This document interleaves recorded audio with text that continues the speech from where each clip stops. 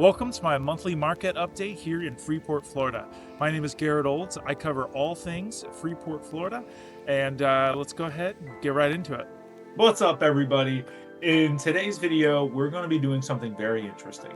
We're going to be going back in time and looking at how the market did in Freeport, Florida for 2024 through 2025 and get a sneak peek into how January of 2026 went so we can see potentially what might be happening for the rest of this year. Now, of course, you have a lot of volatility of just the natural cycle of the real estate market as the year goes on, but I think this is going to be a great comparison of all of these things so that you as a buyer or a seller can be educated as what might come next. So I think the first thing that we should really do, we're going to go all the way back to January of 2024. So to keep this video from being a million years long, we're just going to go through a couple of key things here. So the first thing we're going to look at is the number of listings that we saw hit the market. So in January of 2024, we started off with 268, and by the end, we jumped all the way up to 315. So we saw more houses and the resale side hit the market. That's great. That means that there is typically more confidence from sellers to feel comfortable putting their house on the market. And you can see that it's reflected in the listing prices.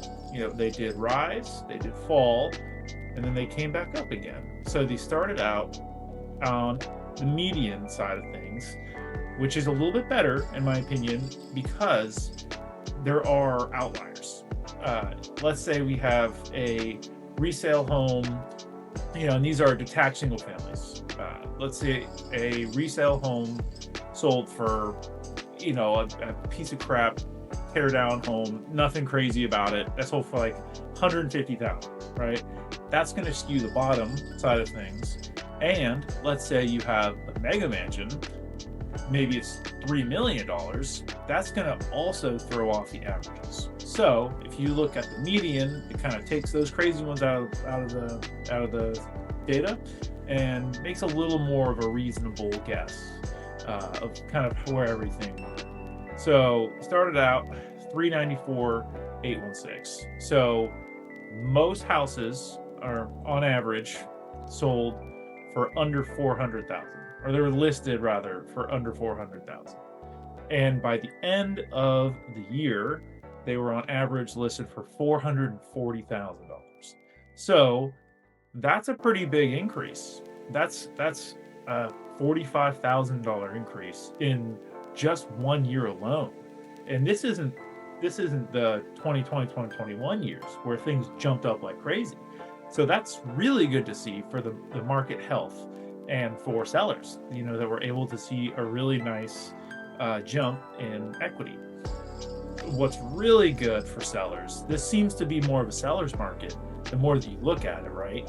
Because it started out in January with only a 95% list to sell ratio, which basically means that if you list the house for one price, for, let's say 400,000, it will sell on average for 5% under that.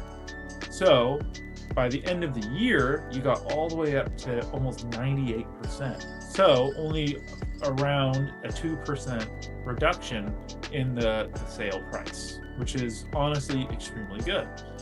Now, you did see a little bit of a jump in absorption rate, but that is pretty clear that it happened because of the amount of listings that we saw creeping up. That just basically means the absorption rate is the amount of inventory on the market and how long it takes for those, houses to be absorbed in the market. So, not a bad thing to look at. Days on the market also shrank all the way down, starting from 96, going all the way down to 69.4. Another big decrease. Good things to see. So you saw finally more volume of sales. So overall, that seems to be a well-performing market for resale homes in 2024. Now, I could go into all the nitty-gritty, go through all this stuff. We won't do that this time. We'll keep it on the shorter side. So let's go ahead and go right into 2025. Okay. So, interestingly enough, we're actually seeing almost the inverse of last year, or of 2024. So if you look, everything's kind of climbing. Ooh, wow. 2024, everything's kind of falling. And let's look at the absorption rate and sold to list. Okay. So down here, and then that climbed, and that fell. So let's go through this really quick. Started out 287, finished at 304. In comparison to last year, that started out at 268, finished at 315. Pretty close, not a crazy difference. The list prices for 2025 started out at 443, which is almost a $4,000 jump from December, and then crept all the way back down to 420. So we went from around a $45,000 increase in list prices in 2024 to actually a reduction of almost $20,000, over $20,000. So that means that the market was cooling for this year, for last year. I keep going back thinking it's still 2025. We're in February now. You'd think I had it figured out, but I guess not. So now we'll go ahead, we'll look at January on the absorption rate, 4.67, 5.18.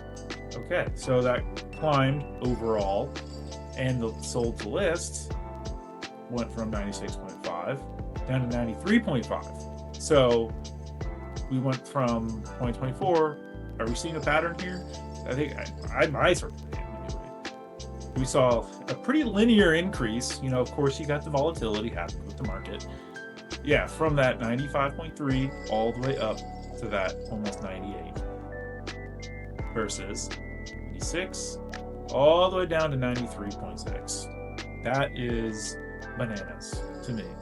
That shows that the market through the COVID years and continued on through Freeport, and that is the interesting thing about this area, right? Freeport is an isolated market that has a totally different performance than, let's say, Santa Rosa Beach, Inlet Beach, Miramar Beach, Destin. Totally different vibes. So it's interesting to kind of see how the market caught up to itself in 2025, and we started to see a correction where the sellers were now not the people that were in the driver's seat, and the buyers had the ability to go ahead and say, you know what, I don't really want to pay full asking price. I think I want a little bit under, and maybe I want some concessions. I want some closing costs. I want 2%, 3% closing costs. And I think it's reflected in the numbers. And I think overall, with the amount of increase that we have seen in overall home prices and with the sales, I think it's a really good thing to kind of get a reality check, because people can only afford so much house. And once you get to a point where the home prices are now, up into the 500,000, you're almost reaching a totally different demographic of buyers that might not necessarily be looking in an area like Freeport.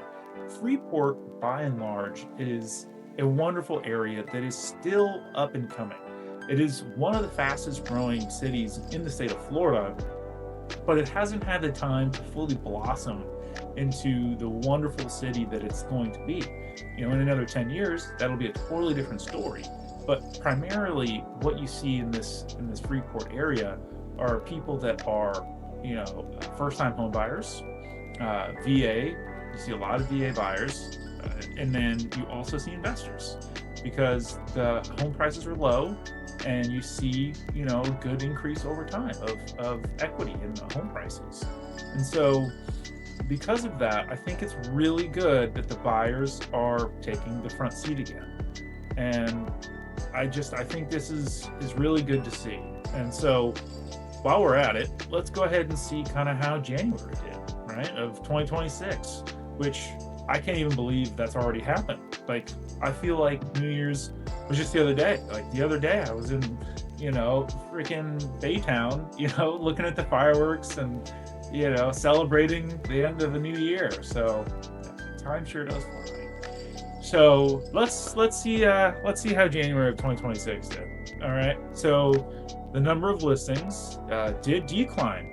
All right. So we went from 304 down to 294. That's not super surprising. It's the holidays, and most people don't really want to move during that time. It's less of a want, more of a need at this time of the market, in that time of the year. And so you actually still, again, saw a drop of the list prices from that 420 down to that 408. So, over a $10,000 reduction in median list prices. You can see here, absorption rate also fell alongside, of course, number of listings. Interestingly enough, did see a slight rebound of the list to sell, or build to list, from 93.6 to 94.5. I'm very curious to see how February does in Freeport and see if that list to sell goes up more or if it kind of teeters back down again. That'll be very interesting. All right, so now that we've gone through all of the data, I just wanted to quickly give my thoughts on what might be happening for the rest of 2026. And the answer is, it's hard to tell. I think that there has been so much volatility between 2024 and 2025. I think that what is really going to make the biggest impact is the interest rates. Are the interest rates going to finally come down? There have been a lot of rumors that the feds are going to be cutting the interest rates as the year moves along. Now, if the interest rates do go down, then all of those sideline buyers are going to finally be able to get back on the market. And with that, you'll see a lot more sellers also listing their house because they're not in a situation where if they have to get a new loan on a house, they're going to be in a bad place. So if the interest rates go down, I think that'll be a really, really good thing for this area. I think that new construction is going to continue to be offering very good incentives to move this inventory. And I think that if you are able to get into a solid new construction, I think that now is a really good time. They're offering great incentives. You really have a lot of choice on, options for builders. There's a lot of different builders that are, offering stuff out there right now. So, if you have any questions, about new construction, about resale, or anything Freeport related, please let me know, and I'd be more than happy to talk about it. All right, that should do it. I have no crystal ball, so I can't give any guarantees about what's going to be happening, but my hopes are high for this year. I think it's going to be a great year, but let's find out. All right, till next time. Later.